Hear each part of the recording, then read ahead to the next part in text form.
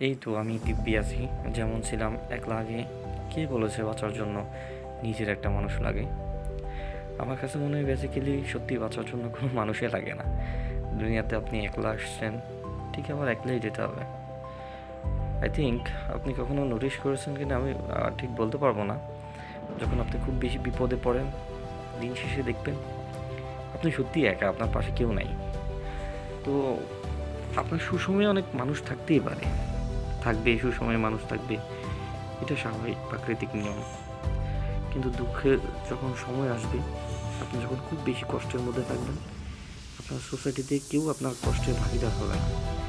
সর্বদাই একাই কষ্টটা অতিক্রম করতে হবে। তো আমার কাছে মনে হয় যেহেতু সবসময় নিজেরই সকল ক্ষেত্রে একাই মানিয়ে নিতে হয়, সেক্ষেত্রে একাই থাকা ভালো না? কী দরকার অন্যের মায়ায় নিজের জড়াই নিজের জীবনটা শেষ করা না? আমি সত্যিই বলবো, একবার বলবো, একলাই থাকুন, একলাই থাকুন, একলাই বাঁচুন।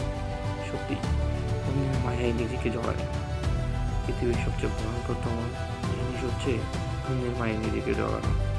আপনি যখন অন্যের উপর খুব বেশি শক্ত হয়ে যাবেন, অন্যের মায়ায় নিজেকে জড়িয়ে ফেলবেন, নিজের অস্তিত্বটাকে হারিয়ে ফেলবেন, ওইখান থেকে বের হতে পারবেন না।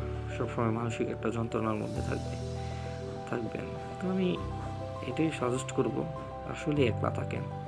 দুনিয়াটা কেউ কারোর জন্য না, দুনিয়াটা সত্যি একা থাকার জন্য। নিজেকে ভালোবাসুন, নিজের কথা ভাবুন। নিজেকে ভালোবাসেন না অনেক দিন হয়েছে। আই থিঙ্ক নিজেকে ভালোবাসলেই সত্যিকার ভালোবাসাটা খুঁজে পাবেন।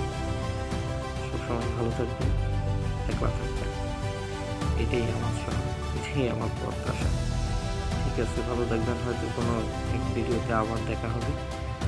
আমার অ্যাজ ইউজুয়াল সবসময় একটাই কথা, একলাই থাকবেন। একলা থাকার মধ্যেই ভীষণ রকমের ভালোবাসা থাকে।